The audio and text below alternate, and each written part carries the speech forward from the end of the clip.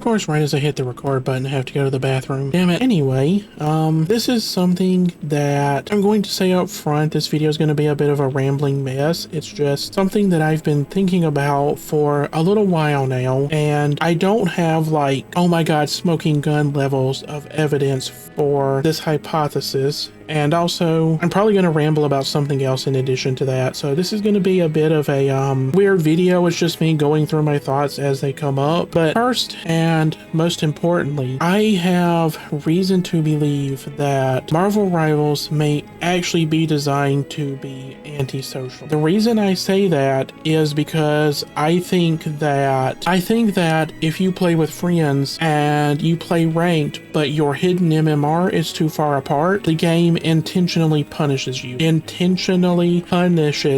why was that so hard to say? Now, I'm not going to say that I have no evidence for this whatsoever, but all of my evidence comes direct from my own experiences and the experiences of one other person who I talked to about this very recently. Now, myself and to a lesser extent this other person have experienced a thing where if we play with people that we are friends with, but our career peaks are too far apart, then it's damn near impossible to win. In fact, for season 8.0 and 8.5, whenever I've duoed with someone, I've won exactly one game out of the 30 some odd games I've played with a duo. And I think that that is designed in a way that makes it antisocial because I am a tournament fiend. I have participated in 6 different Marvel Rivals tournaments since January of 2025. Along the way, I have made friends at a lot of different ranks. The lowest ranked friends of mine don't even play ranked, they're just quick play fiends. The highest ranked friends of mine are in Celestial and Eternity. And the thing is, some of them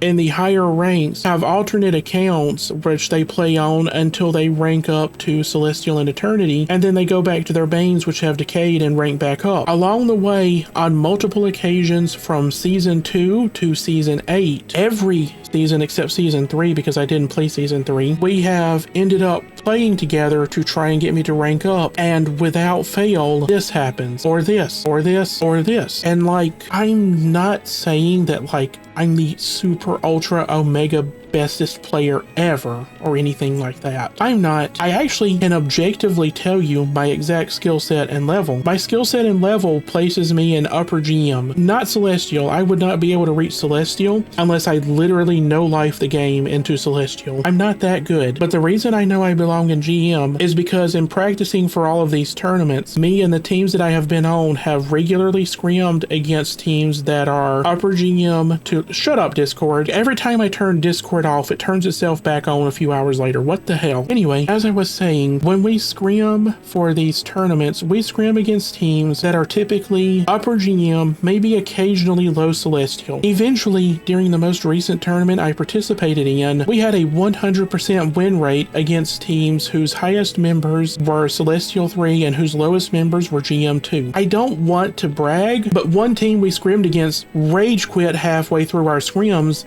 because, and I quote, "There's no way you're a diamond player," to me. Now, that being said, we started scrimming against teams who were all Eternity players, and yeah, that. So clearly, I'm not Eternity material. If I was, my stats would not be that. In fact, I have never won against a team that had even one Eternity player on it. I have never won against a team that had all Celestial players on it. The only wins we have in scrims are when at least one player was GM, typically 2 to 3 players were GM. So, objectively, I can prove that I deserve Grandmaster and nothing more. Now, tell me, why is it when I duo with people whose peak ranks are this, that my stats and my win rate ends up being 0, not 10%, not 20%, not 50%, 0%. And that's where this is starting to rub me the wrong way. My career peak is Diamond 1. Whenever I play with anybody who is outside the range of Diamond 3 to GM 2, my stats and my win rate ends up looking like this. And it doesn't matter if the person that I'm duoed with is higher or lower. For example, I have a friend I recently duoed with whose career peak is Plat 1. That's perfectly fine. I mean,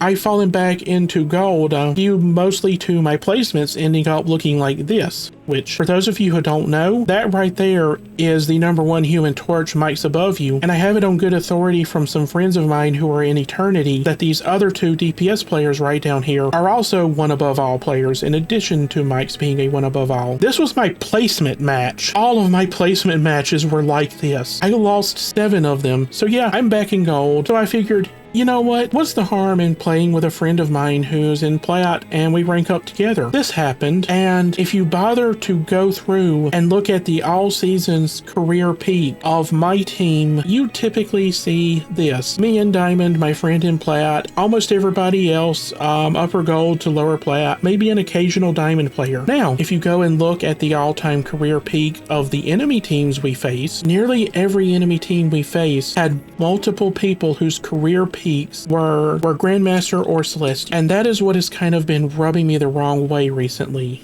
Because why should we be facing teams whose hidden MMR is very likely 6 or more divisions above my teams? I mean, the average of the all-time career peaks of the enemy teams we faced was Grandmaster. The all-time career average of my teams was more likely Plat. That is a huge difference. And here's the thing, this only happens when I duo with people who are too far outside of my own career peak. If I duo with someone who is Diamond 3 or Plat 1, this happens. If I duo with someone who is GM1 or Celestial 3, this happens. If I pick a duo whose career peak is Diamond 2, Diamond 1, GM3, or GM2, my win rate is about 60 to 65%. If I go solo, my win rate is about 55 to 60%, give or take. So why is it that when I duo up and the person that I'm duoing with has an all-time career peak that is just slightly too far out of my range, suddenly we're getting punished with unwinnable matches where the enemy team are all super gods and my team can't even tell their elbow from their asshole?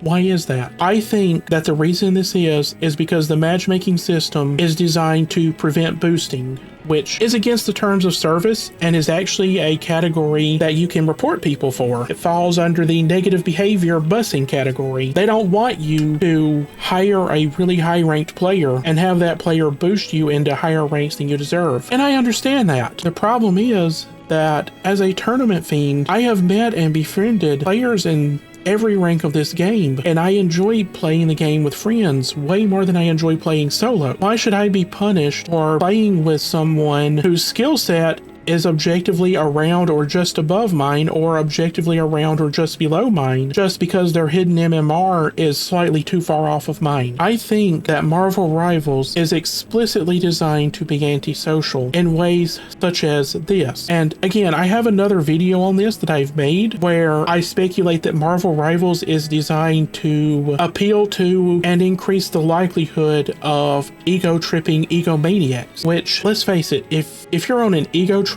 no one wants to talk to you. Between that video and this, I feel like Marvel Rivals is explicitly designed to cater to this type of crowd. And that really is a problem. Again, I'm not saying I'm the super ultra omega bestest player ever. I'm nowhere near that. That's the first thing that I wanted to ramble about, because again, I don't have a huge amount of evidence. I don't have a smoking gun. I don't have development files or behind the scenes talks with any of the developers or anything like that. What I do have is a notable pattern going back for the last 6 seasons of this game. The last 12 plus months of this game has been almost exactly the same way. And in addition to that, I have a friend who is able to corroborate that, who last night when talking to them corroborated that statement. They are Cell 1 peak and they have a duo partner who is GM3 peak. Whenever they duo, their win rate goes negative every single time. It has been that way since season 6 for them. The only way that they can climb is if they both go solo and climb. So again, it feels like there is a punishment system to stop boosting, but unfortunately, due to the way it is designed, it also stops people from playing together if they are friends, but their ranks are too far apart, which I don't like. I very much do not like playing this game solo. It's much better to play this game with a friend. And the second thing that I wanted to talk about is that the community of this game starting this season is kind of starting to feel like it is becoming more like the Dead by Daylight community. If you want to know more about what that's like, you should go and watch this video from Flats. He explains it pretty well, and in fact, he explains things that I did not know about the Dead by Daylight community because I don't play the game. Chief among them, and the thing that I have been experiencing the most in the medal ranks right now, is that if you don't play the game the way someone else thinks you should play the game, then they become toxic assholes. I have an alt which is in bronze right now, and I'm using that to learn how to play dive, which is a role that I don't normally play as a support main. Since season 8.0, I have been playing Psylocke, and whenever I do something that somebody else on my team doesn't like, they start to get real pissy about it, and they tell me that I have to play the game the way they want me to play the game, and if I disagree with that, this happens. Watch me stop. We are phenomenal. Form your defense. No, going overtime. Behold, that child. Now you might be asking yourself, what does that mean exactly? What way do they think that I'm playing the game wrong? Let me show you what I do on Psylocke that causes people to throw the game the moment I do it.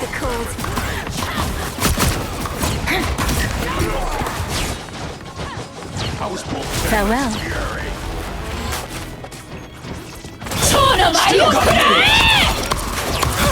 Double kill! That's 3! Wow, 4 in a row! Yes, that is correct. I hit a fat game-winning ult. Now you might be wondering, what the hell could be wrong with that? Well, here's the problems that my teams have had with that. Number 1, I didn't go down the main route. Number 2, I used my invisibility to sneak up on a player who was alone in the backline. Number 3, I pressed Q and solo ulted that player who was alone in the backline. We are starting right now in the lower ranks of the game, for reasons unknown to me, to see people who will throw the game just because you played the game the way the game was intended to be played. But the way the game was intended by the devs to be played is not the way that they think it should be played. Solo ulting is not fair and it hurts their fifis. Sneaking up on people using your invisible character is not fair. It hurts their fifis. I cannot stress enough how angry this makes me. The only reason I'm not yelling right now is because I don't want to peek the out of my microphone. It's had enough. And like when this started at the beginning of season 8.0, it was just bronze that did it. Now I'm starting to see the same behavior in gold lobbies as well. We are taking the first steps towards the community of this game becoming more like the Dead by Daylight community. And for those who don't want to watch Flats' video, here's a very quick summary. If you play Dead by Daylight, but you do not play Dead by Daylight in a way that someone else wants you to play Dead by Daylight, they will post your home address and a picture of your front door to Twitter. Marvel Rivals, the community, is starting to take a step down that path. And unfortunately, you can't even get them banned anymore. I've reported every player who has intentionally thrown a match, which over the course of this season, I am at 4 players who have thrown a match because I hurt their little fifis by playing the game in the way that they didn't want me to play it. I am at the 4th player who has thrown a match because I solo ulted the enemy team and we won the team fight. Not one of those players has been penalized for throwing the match. One of them literally pressed Alt F4 and exited the game, and they are still not getting punished for doing that, even though there are text logs where they straight up said that if I did not stop playing the game in the way that they did not want me to play the game, where they straight up said that if I don't stop solo ulting people as Psylocke, they are going to throw on purpose just to make sure that I do not win. They admit to throwing and they still don't get punished. The way this game is designed, I believe, is encouraging behaviors like that. Refer back to my video about how the game is designed to inflate players' egos. I think that the way this game's current matchmaking system is set up is making the game more toxic. I think it is making it less viable to play, and for me, that sucks, because one of my high-ranking friends is having tryouts later this week for a team, well, 2 teams actually. One team is going to be a team of players who are diamond or higher. The other is going to be a team of players who are below diamond. Unfortunately, my friend has decided that your current rank in season 8.5 5 is what will determine which team you can try out for, not your peak rank. With the way this community is acting and the way the matchmaking is set up so that if you duo with friends, you might lose if the differences in your skill set are simply too far apart, I'm not going to make it back to Diamond by the time those tryouts come around. And I really want to be on the Diamond Plus team, but the way this game is designed, the way this community is acting right now has so severely burnt me out that I don't even want to launch the game. When I was launching the game to get this footage, I literally broke out into a cold sweat from anxiety. I want to be a part of my friend's team, but I don't know if it's worth it with everything that is going on right now. And that sucks. No matter what way I slice it, I end up hurting. If I don't rank up, then I end up not joining the team that I want to, even if I do join the plat or lower team. If I do rank up, then I'm having to fight tooth and nail against people who do this. 5, 4, 3, 2, 1. I am having to fight tooth and nail against people who intentionally throw the game just because I press the press this button to win button. If I try and get a friend of mine to help me rank up, if our skills are too far apart, we rank down instead. There's no way you can slice this in which on some level I don't end up with any enjoyment or fun from Marvel Rivals. If I don't play, it's not fun for me. If I do play, it's not fun for me. There's no real choice to be had here, and that honestly sucks for me. I honestly, at this point, I really don't know what to do. I love this game a lot, but with all of the problems that I have noted with the game and the way its community acts, I don't know if I can continue to play the game. I really want to play the game. I want to be able to play the game with my friends. I want to be able to rank up. I want to be in the rank that I know my skill set would put me at if this game had a better designed ranking system, which again, that's Grandmaster. That's not that high. That's not that much skill. But if this game had a better designed ranking system, I'd be there right now. Instead, I'm down here in lobbies with people who throw matches just because I solo ulted one time. I'm down here in lobbies with people who will throw matches just because they think the game should be played a certain way and they are wrong about that. So yeah, like I said, this is just